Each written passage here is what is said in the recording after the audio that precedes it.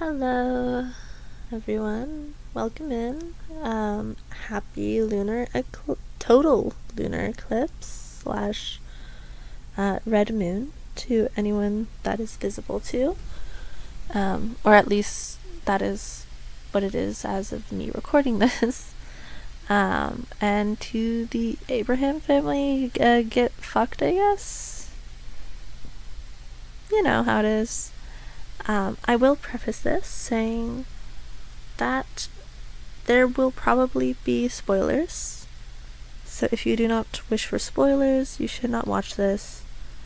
I did not write a script or anything for this, so I will not be able to proofread my words in order to ensure that I do not say anything that people do not already know.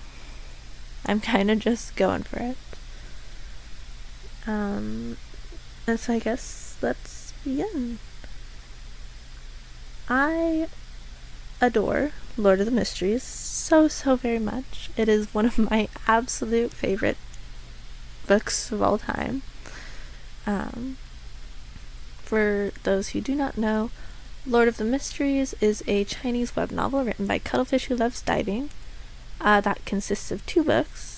Book 1 is Lord of the Mysteries, which has 8 volumes and roughly 9,000 pages, I believe, is what it comes out to be about. It's like, I think 1,347 chapters. I'm pulling that off the top of my head. I have not looked this up. So that might be wrong, but it's roughly that.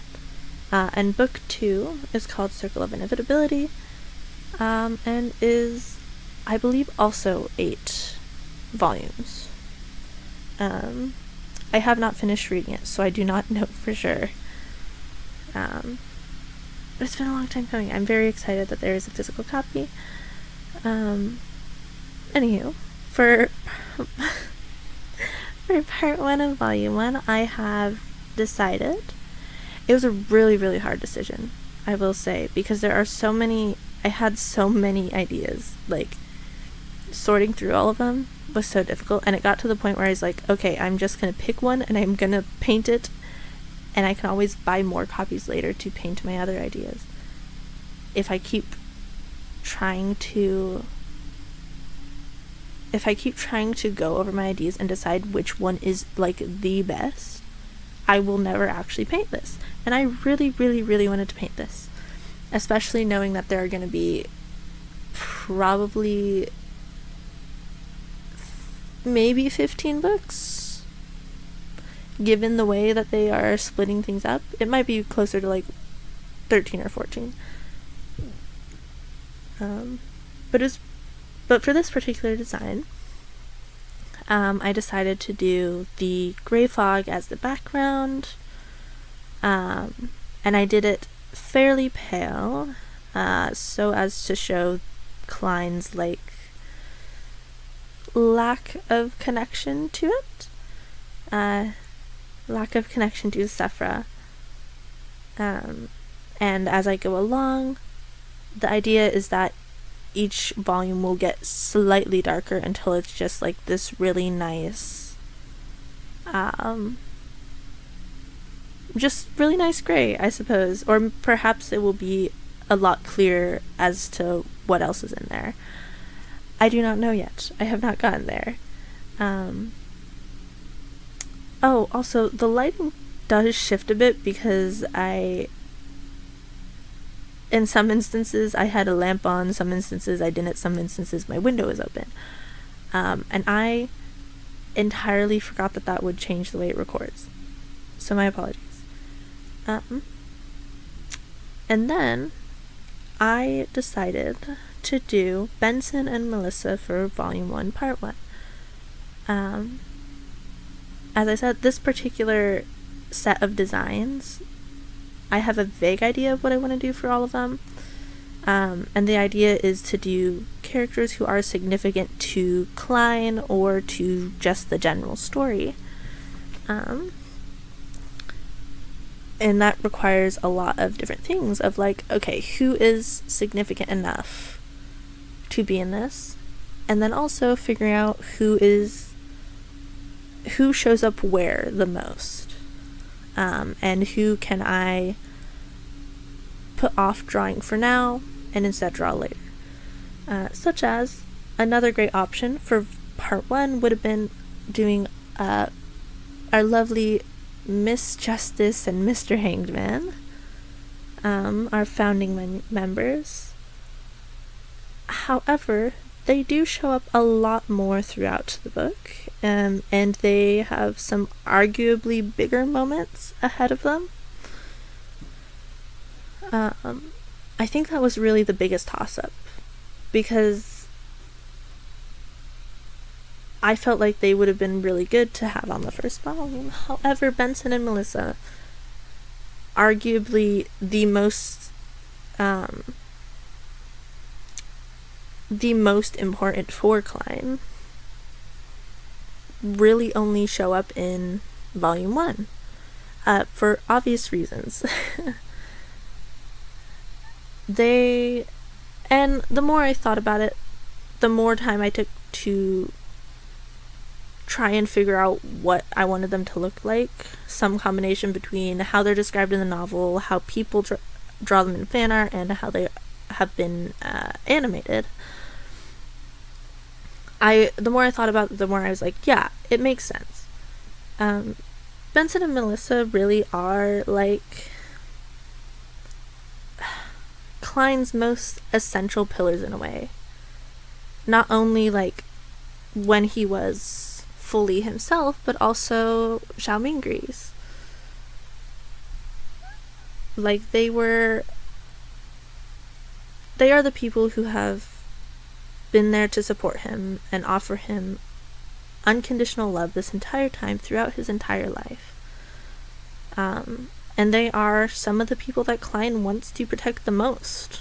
Part of the reason why he continues to go on, like even disregarding his desire to return home. And it's... how do I describe it?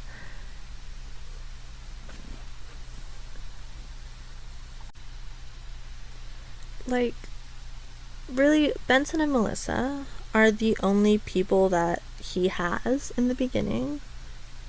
As I said, both in the before times, like growing up, existing, barely scraping by, going through school, doing whatever they can, and then after his transmigration,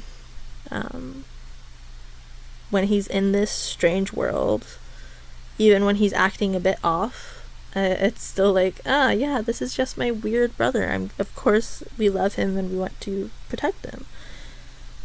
They've been with him through the death of his parents, his friends, and himself even. And in my mind, they are a huge contribution to why he is able to keep his humanity as much as he has been able to throughout the book.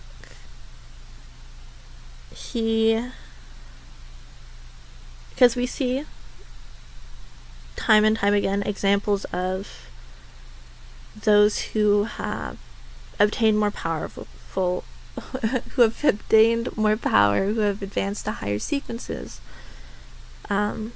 losing themselves in the process, because that is the nature of obtaining more power. To obtain power is to lose more of your humanity. But Klein manages to hold on pretty well. And I mean, that really is like a reason why he is able to get to where he is.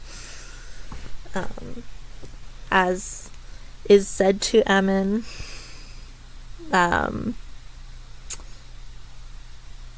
towards the end of Volume 8. But, you know, of course there are many other people who are very important, and who join his corner very quickly. And they will be drawn, I promise. Um, I just figured that these two serve as a good core for it, a good starting point, a good essential pillar for him. Now, really quickly, for the painting itself, I was a bit too eager to start on this. Like, once I came to the conclusion, it really was just me sitting there with my book.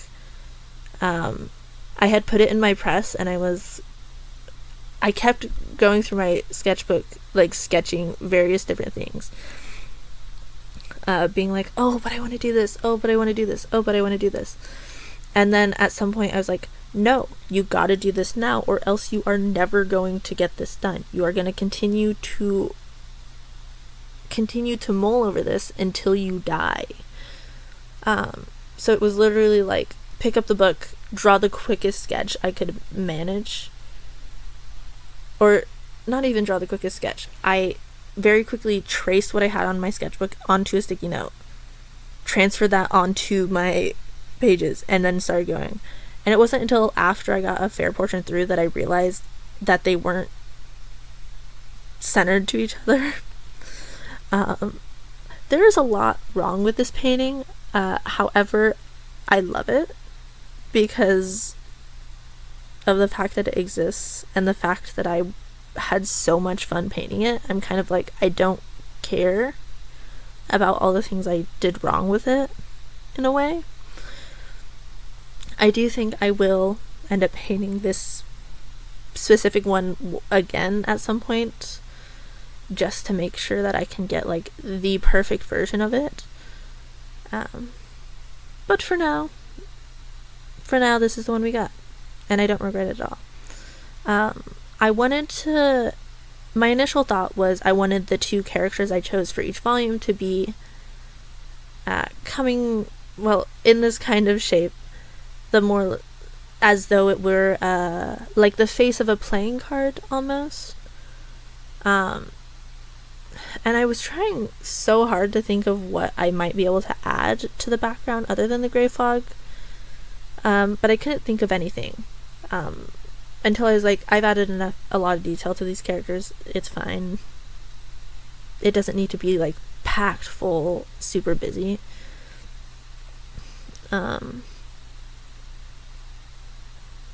Oh yes. Once I finished with the faces, I was like, well, I can't just do it blank on the ends. I can't just do like plain gray fog. I gotta do something fun. So I was trying to think of like what kind of objects or other things might work well for each end, like connected to each character. And I was like, there isn't, as far as I can remember at least, there might be that I am just not able to recall. There isn't really any particular object that I really associate with Benson. Like Melissa, as you'll see, she has her little baby robot thing. From that cute little moment, I could have also drawn like a lamb stew just to represent that cute little moment, or like I could have found or something else. However, Benson doesn't really have anything like that.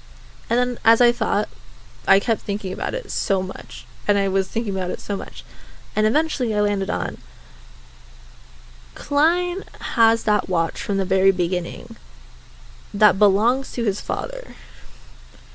And in some ways, Benson was their father figure.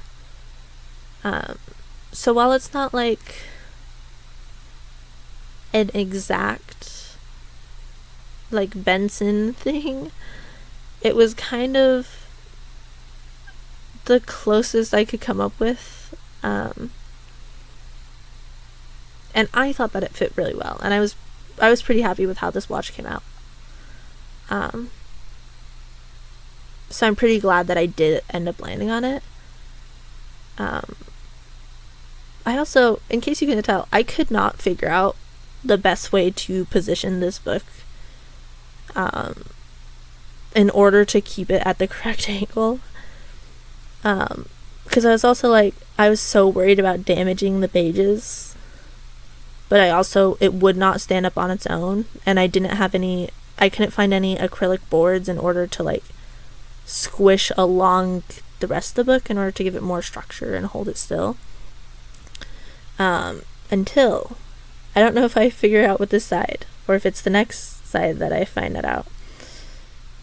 I find a different clamp that I can use to stabilize things and keep things more compact. And it really does save me and my wrist for the rest of it, because my wrist was in so much pain from holding this still. I do not know at this point in time how long I had spent. There we are. Hey, how long I had spent on this painting. This was split up over a couple days where I drew for a couple hours at a time.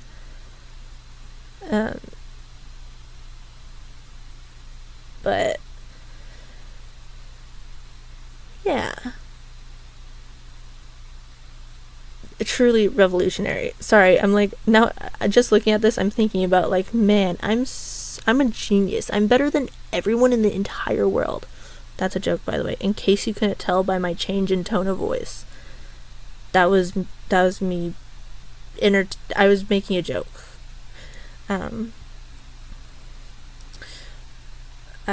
Oh yes, for the front face, I will also say some of the other designs I came up with or was thinking about were like one that meshed better with the cover, and then might have some elements of the other cover like slightly leaking into it, just because while I do not have the next book physically, I could either just eyeball it and be like, this seems correct, or I could wait until the next one arrives and then add some details onto it in order to make sure they mesh well. And then when they're on a bookshelf together, they could be like one continuous little pattern thing. Or I also thought about like some more dynamic poses with the characters. I had some other ideas. What were they? Oh, more dynamic poses, and then there was like, I could do like a scene or two on the book itself. A lot of fun things. And then you'll see that I left like the very top of this top edge above the pocket watch empty, and that's because I was debating whether or not to do something. And I really, once again, this is something that I kept thinking about. I was having so much trouble designing. I was wanting to add the like symbols of the various gods on each book, and I was thinking each volume really has a god that is most significant. Especially out of like the primary 7. So I was like, for volume 1, I could do the Evernight symbol, like just at the top, and have it be cute. And this is me like being like, okay, make things a bit darker, add some red to be like the light from the red moon, which I was also like, even if I didn't draw it, I was thinking like light from the red moon makes sense because it's a full moon when he first wakes up, when he first gets there. And yeah, the colors are, I'm noticing, a lot more blue toned, a lot more vibrant on camera. In real life, they're slightly more purpley and a little bit more desaturated. Not a lot more desaturated, but like the color shift is a bit different. Oh god, it froze. Oh no.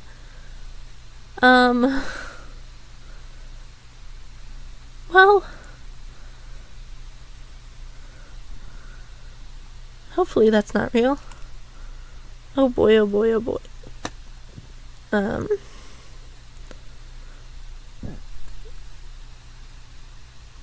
Anywho, what I ended up landing on is not drawing it, at least for this book. Because volume 1 is being split into 3 books, I decided that if I'm going to do it, I'm going to do it on the second volume, and then just have it be like, be like the middle of the set. You can also see me here on this edge forgetting how I drew the fog and trying to figure out how to do it, and getting increasingly frustrated when my paint is not doing the shapes I want, because I got the surface really wet with that initial wash of gray. And then you'll also see me here struggling through this little baby turtle thing, because I'm dumb and didn't pre-mix any of my colors for it. I was kind of just like mixing them on the fly, which will be like one of my biggest regrets, because I couldn't just really quickly grab the color and go in. It wasn't like I made the colors and was like, okay, yeah, I'm satisfied with this color for this part of it. It was, okay, let me mix this color, put it down. I don't quite like this color. Let me go back and do this again. I don't know. Let me try that again. And also, I didn't wait very long. It's not like this paint takes a long time to dry either. I just was very impatient. So a lot of the times I'll be trying to do a detail and it just will not show up. It'll instead start to bleed because the paper is still wet. And I just couldn't wait to add more detail. But yeah.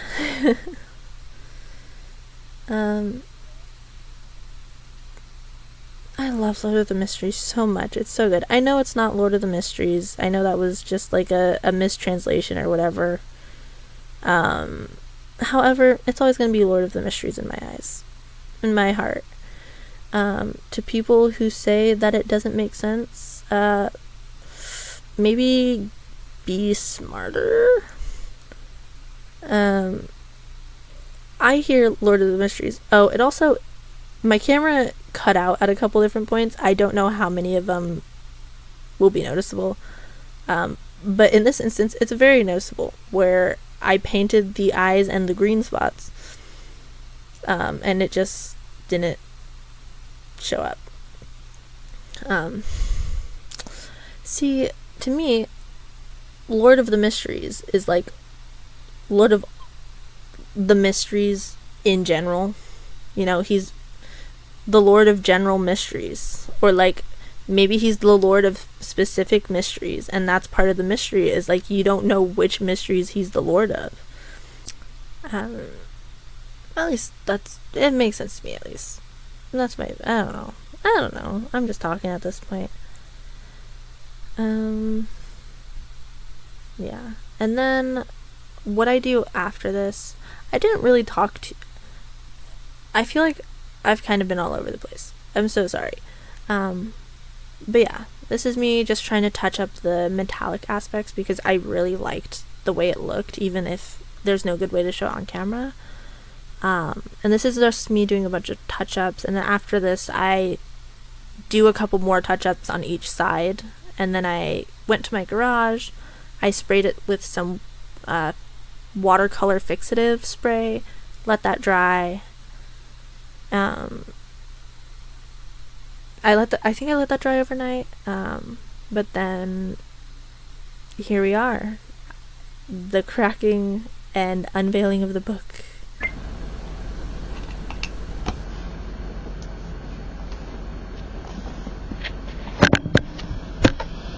Okay, I'm nervous.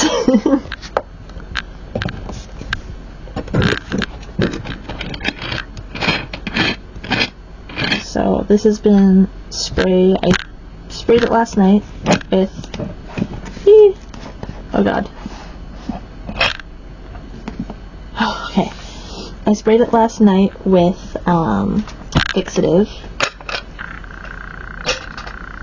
and it's been drying. Oh, nice. Okay.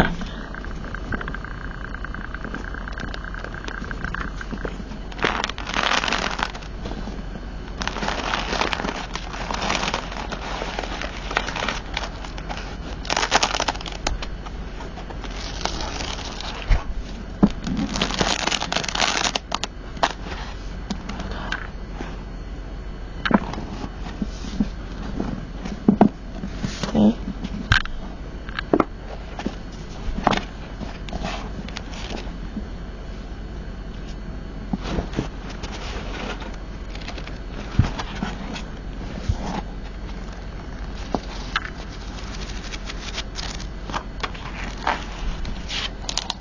I got distracted all the way. Are you in the clear? We might be in the clear. Yay! That was pretty anticlimactic though. I was expecting it to be like super crunchy.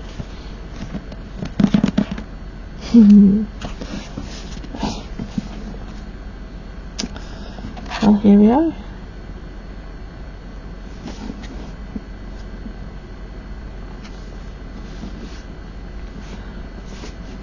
Oh.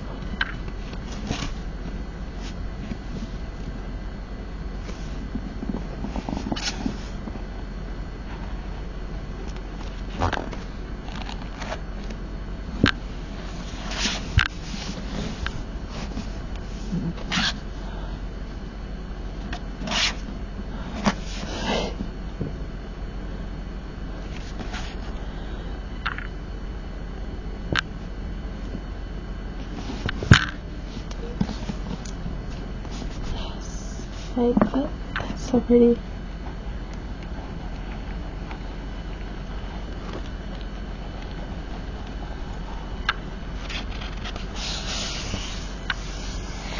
And it looks like very minor amounts of bleed, like only on the back and maybe the front. Yeah, a little bit. I think we won this one, gamers.